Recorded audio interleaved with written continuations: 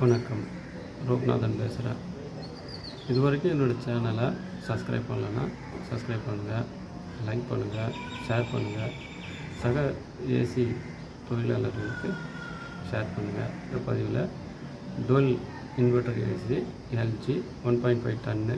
So இதை அதாவது அவுட்டோரை ஃபுல்லாக பிரிச்சுட்டு எந்தெந்த பாகங்கள் இருக்குது, என்னென்ன வேலை செய்யுது, எந்தெந்த லொக்கேஷனில் ஃபிக்ஸ் பண்ணியிருக்காங்க, ஸோ அப்படின்ற ஒரு தகவல் தான்.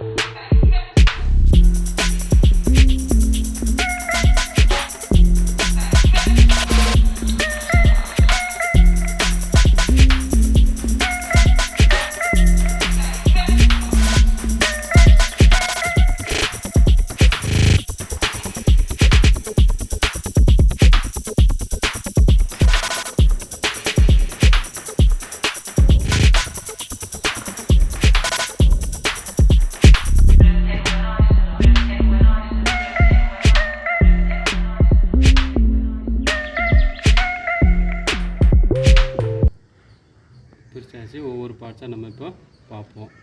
ஸோ இப்போ இதுதான் நமக்கு இந்த கம்ப்ரஸர் மாடல் நம்பர் பார்த்திங்கன்னா G80 156 MAC. ஸோ அதுக்கு நெக்ஸ்ட்டு பார்த்திங்கன்னா DC motor, R410A gas, 3 phase, DC simple இது, அப்புறம் 380 வோல்ட்டு, அதுக்கப்புறம் serial number LG made in China. So இப்போ இதுதான் நமக்கு இந்த கம்ப்ரஸர். இந்த கம்ப்ரஸர் பார்த்திங்கன்னா இது அக்குமுலேட்டர், இந்த பார்ட்டு அக்குமுலேட்டரு.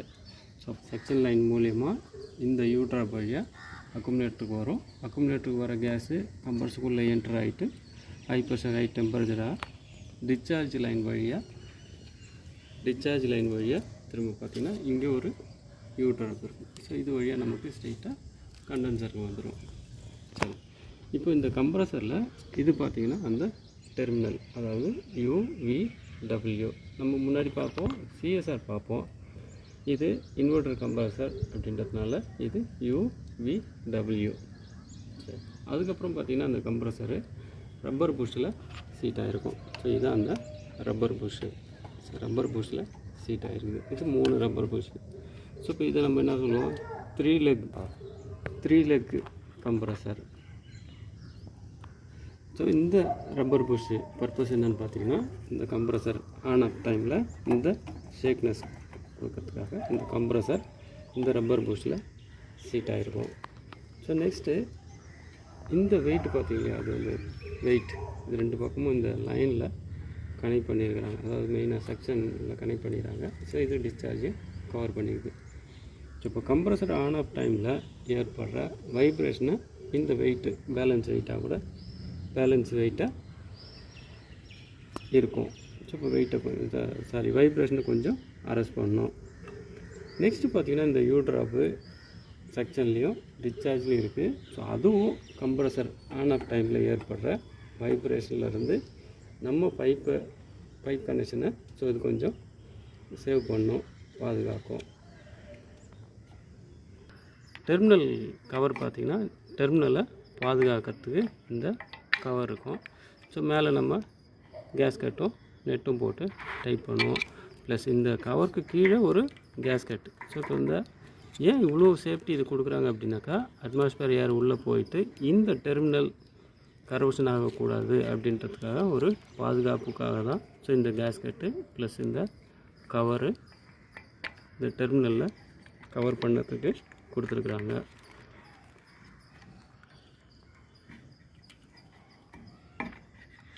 அட்மாஸ்பியர் ஏரால் அங்கே வந்து கரோஷன் ஆச்சு அப்படின்னாக்கா நமக்கு அங்கே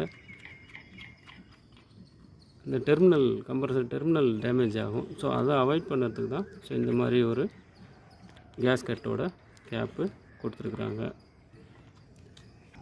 அடுத்தது பார்த்திங்கன்னா இந்த எக்ஸ்பான்ஷன் வால்வு. மோஸ்ட்லி இன்வெர்டர் ஏசியில் எலக்ட்ரானிக்ஸ் எக்ஸ்பான்ஷன் வால்வ் தான் வருது. இந்த மாடல் எல்ஜி ஏசியில் கேப்லரி டியூப்பு எக்ஸ்பான்ஷன் வால்வாக கொடுத்துக்குறாங்க. கேப்லரி டியூப் மட்டும்தான் இருக்குது, வேறு எந்த டிவைஸும் இங்கே இல்லை. இதுக்கு மேலே பார்த்திங்கன்னா இந்த ஷீட் வச்சு கவர் பண்ணியிருக்கிறாங்க. ஸோ இப்போ வைப்ரேஷனால் இந்த கேப்லரி டியூப்பு தேயக்கூடாது. ஸோ அந்த வைப்ரேஷன் ஆகிட்டு இந்த கேப்லரி டியூப் ஒன்றோட ஒன்று தேஞ்சு லீக் ப்ராப்ளம் வரும் அப்படின்றதுக்காக இதை பக்காவாக சேவ் பண்ணி கவர் பண்ணி வச்சுருக்குறாங்க.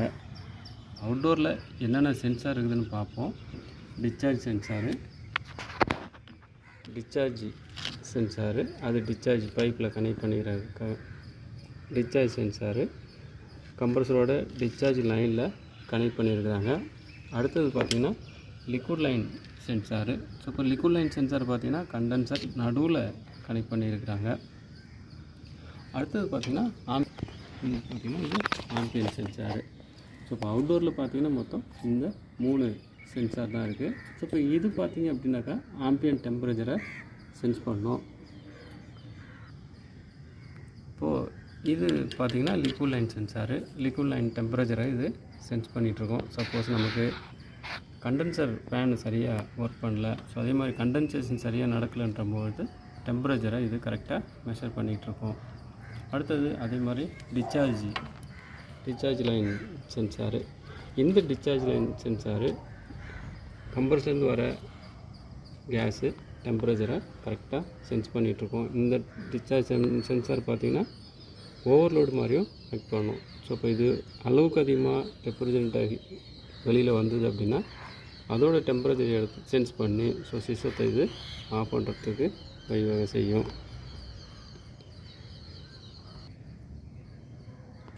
அடுத்து பார்த்திங்கன்னா கண்டென்சர் பார்க்க போகிறோம். இங்கே compressor high pressure high temperature refrigerant discharge line இந்த யூ பைப் வழியாக நமக்கு கண்டென்சரில் என்ட்ரு ஆகுது.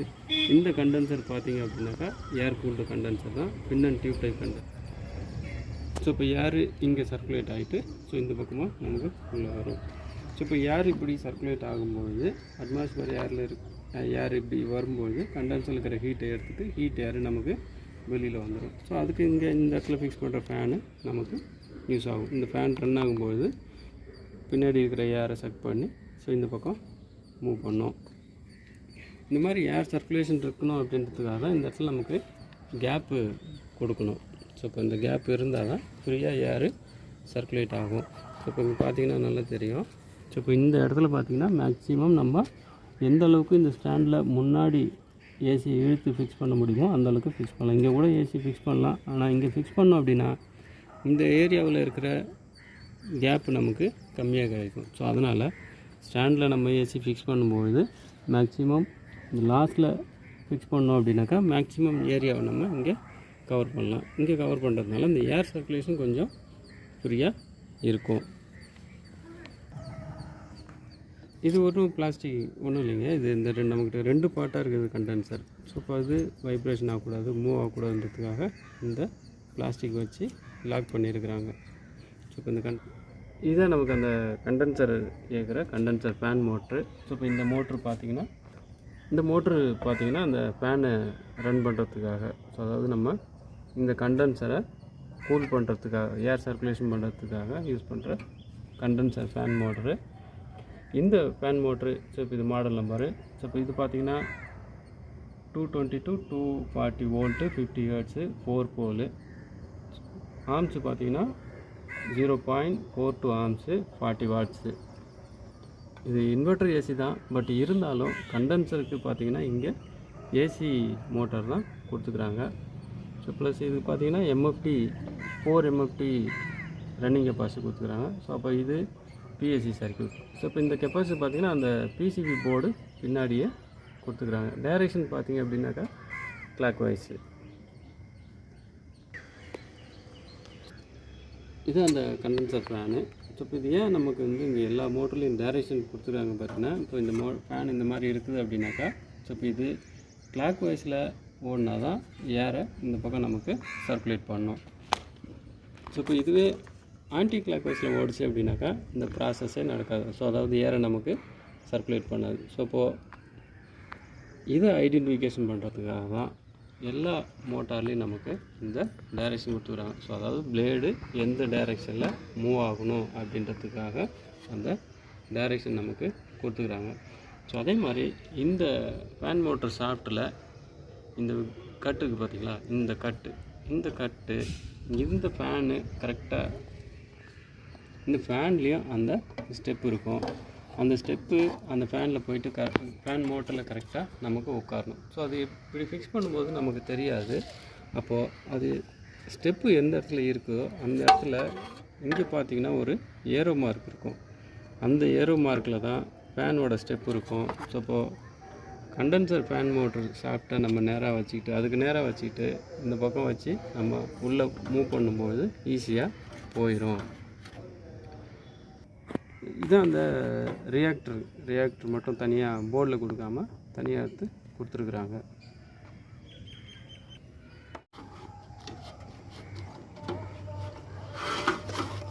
இந்த ஷீட்டு பார்த்திங்கன்னா சவுண்ட் அரெஸ்டர். ஸோ இப்போ கம்ப்ரஸர்லேருந்து வர சவுண்டை ஸோ இப்போ இது அரெஸ்ட் பண்ணும். ஸோ அதே மாதிரி இங்கே செக்ஷனில் இருக்கிற கூலு ஸோ கம்ப்ரஸருக்கு ட்ரான்ஸ்ஃபர் ஆகணும். ஸோ ஏன்னா இந்த கம்ப்ரஸருக்குள்ளே இருக்கிற ப்ரைம் மூவர் ஹீட் ஆகும். இந்த ப்ரைம் மூவரை நம்ம கூல் பண்ணுறதுக்கு வெளியிலேருந்து எந்த சோர்ஸும் நம்ம வச்சுக்கிறதில்ல.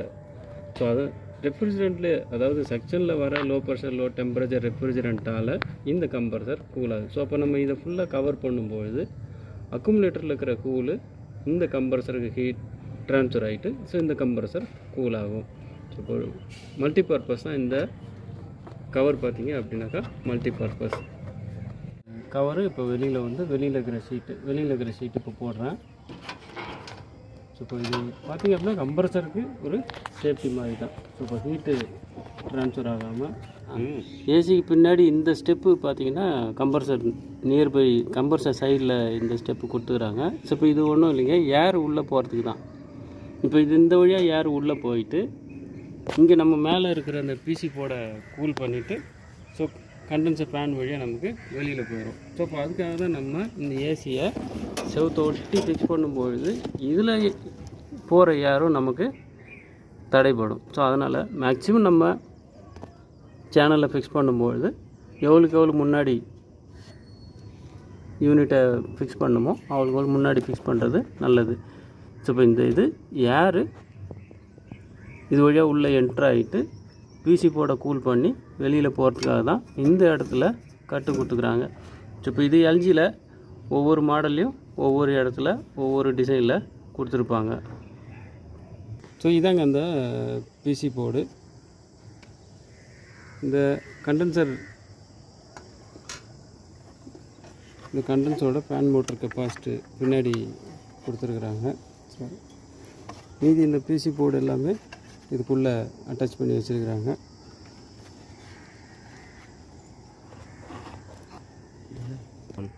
ஸோ இப்போ ஒவ்வொரு கனெக்ஷனை நம்ம கனெக்ட் பண்ணிடுவோம். ஸோ இப்போ இது பார்த்திங்க அப்படின்னாக்கா ஃபேனோடது.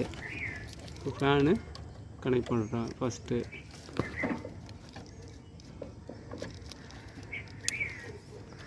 Next compressor.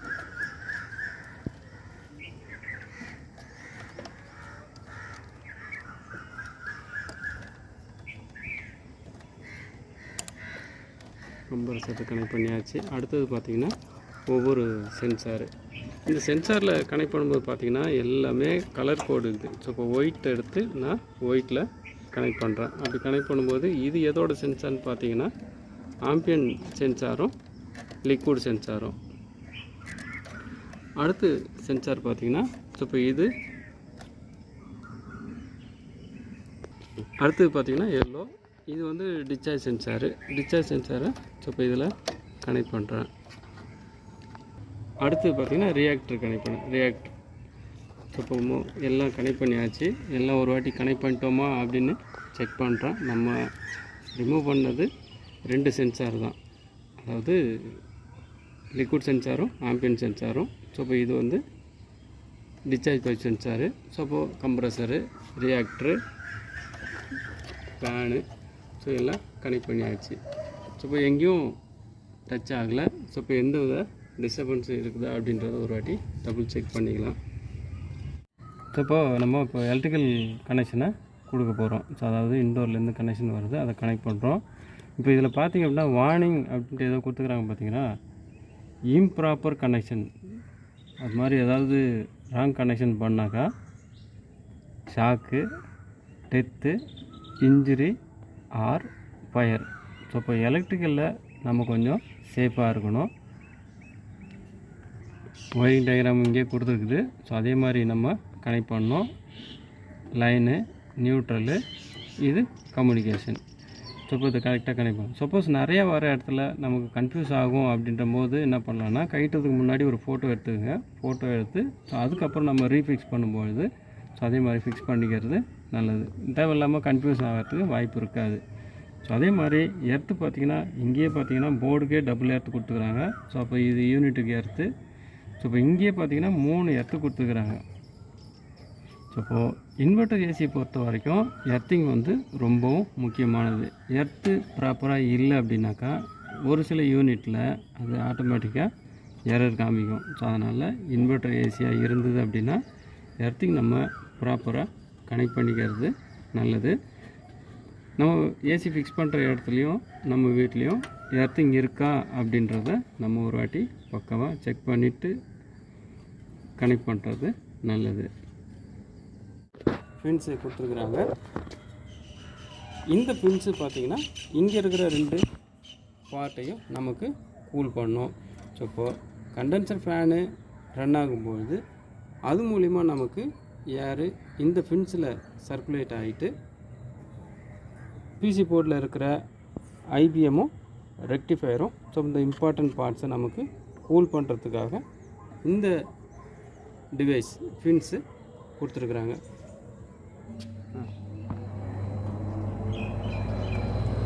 இதில் ஆனாச்சு பாயிண்ட் வீடியோ பார்த்தா சரி.